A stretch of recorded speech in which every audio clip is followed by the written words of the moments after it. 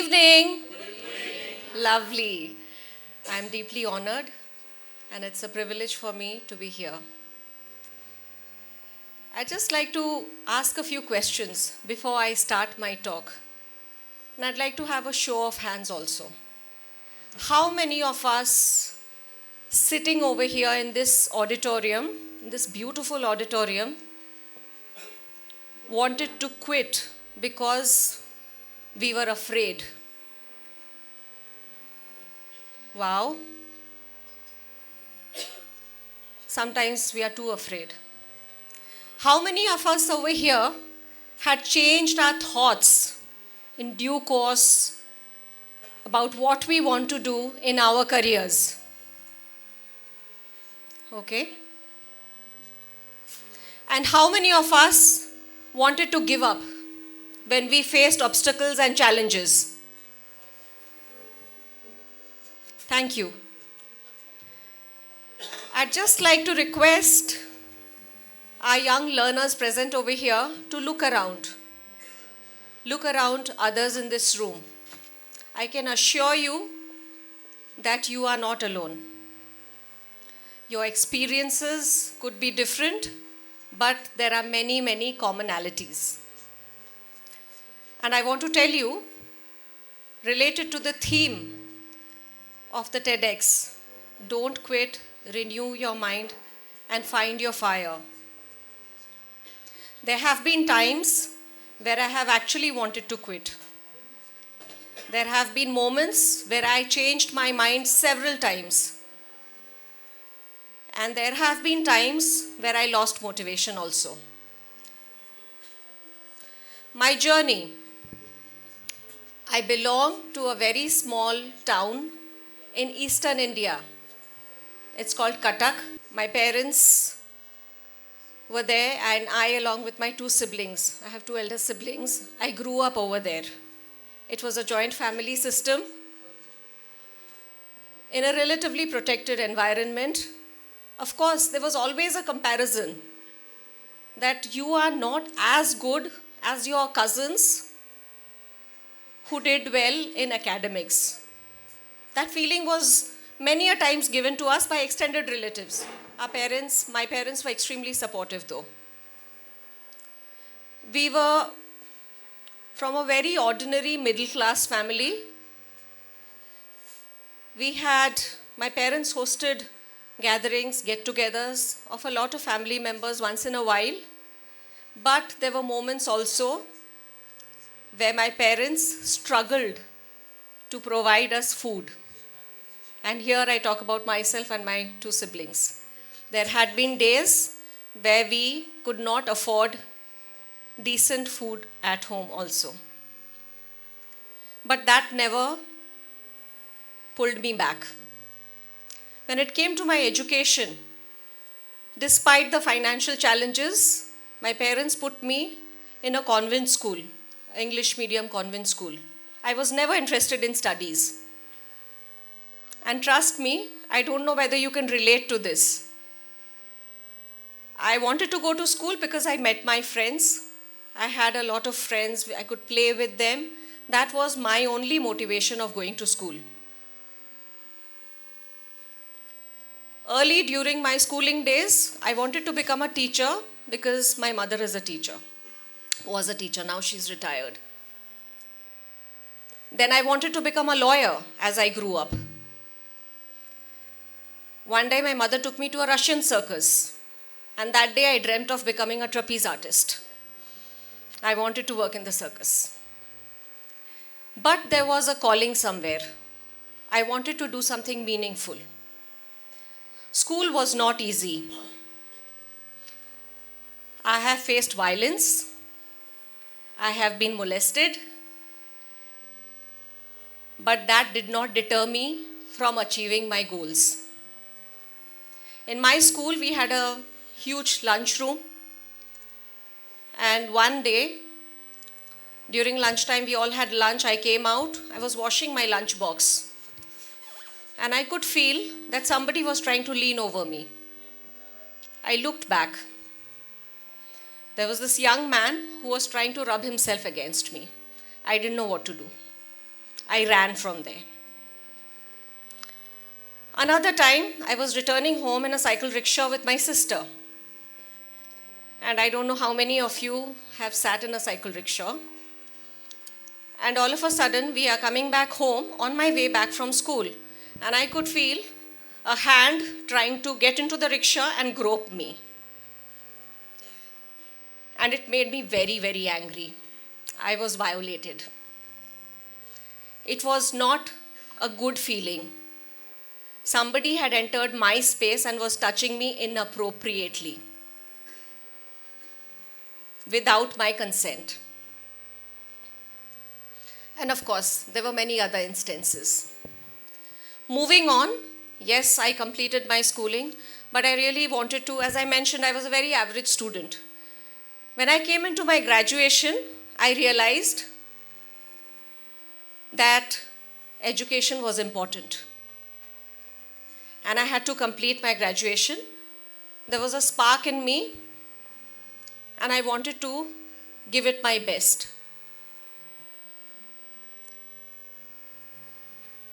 I did my graduation, and then I wanted to work in the development sector.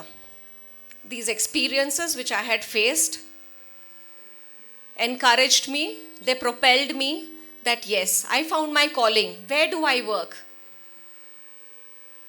I was not clear that, which organization, but one thing I was clear, that I will work in the social development sector, come what may. I did my master's in social work, but this time I put my heart and soul in my studies. And I topped the university. My parents were very encouraged and they felt very happy. I traveled to Delhi. I left Orissa for better job opportunities. I came to Delhi in the year 2000. I started working in hospitals of Delhi, trying to understand what is the hospital environment for HIV positive patients. What do they go through? I don't know how many of you have seen people living with HIV. And I discovered the stigma, the discrimination, the ostracization that women, men, children had to face day in and day out. I also discovered that there was a common thread. As all women, we fear that we will be judged. And we live in a judgmental society. The moment somebody sees somebody who's positive, oh my God. Because we are judgmental in our thought process. I was sure that I wanted to work in the health sector.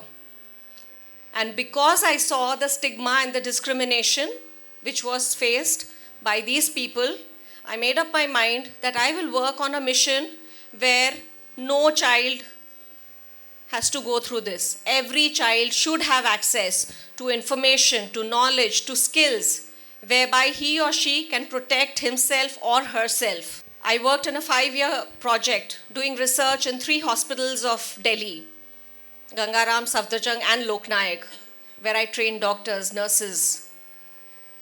And every day I would see the pain and trauma of the HIV positive people.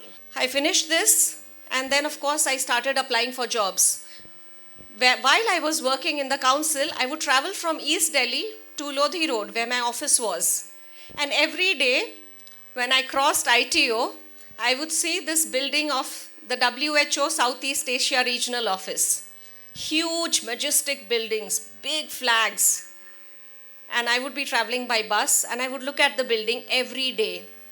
And I would dream, one day I'm going to work over here. I want to do it. I went for an interview in 2004 after I completed my stint. The interviewer asked me, this was in 2004, where do you see yourself in 5 years? And I said, I want to work for the UN. I was not selected. Later I came to know, she thought that I was looking for a very comfortable job. In 2005, I joined the United Nations.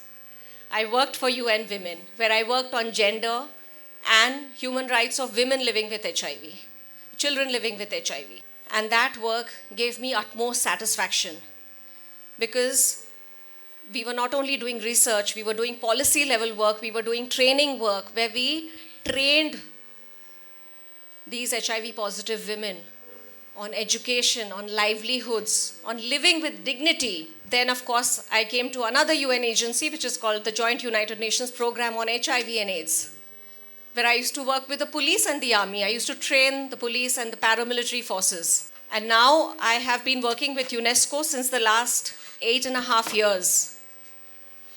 I work on bullying. I work on violence prevention.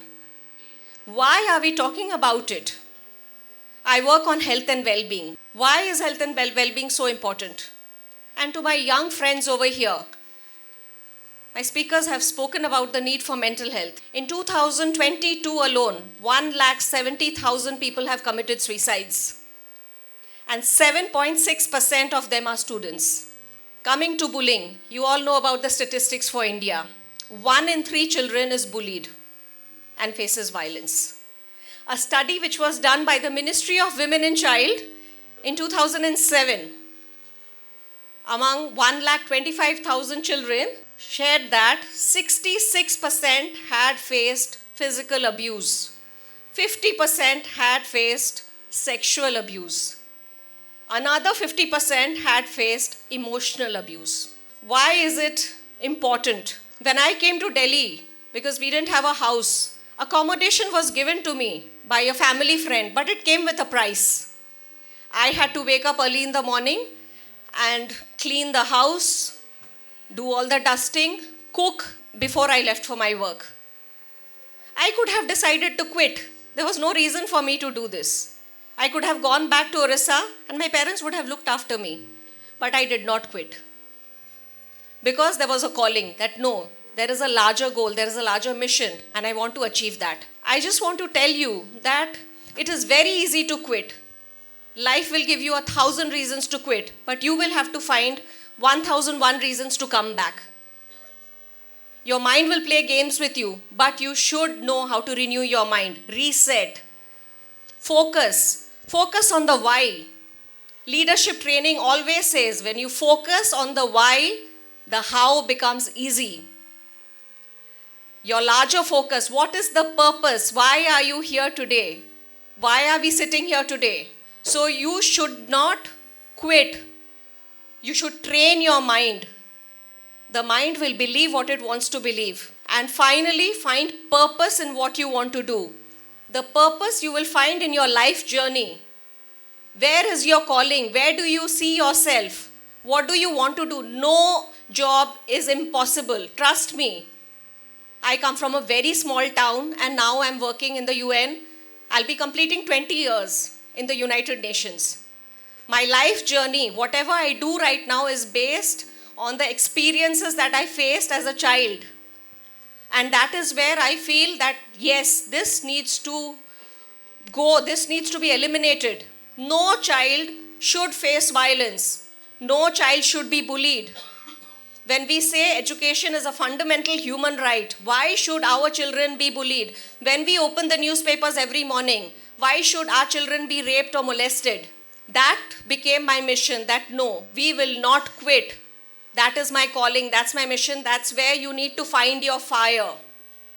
And you need to find what motivates you. And that will come from your life goals. So focus on your goals. Never ever give up. Do not be afraid. And if you follow this, there is no way you will not succeed. And thank you once again for this opportunity. Grateful.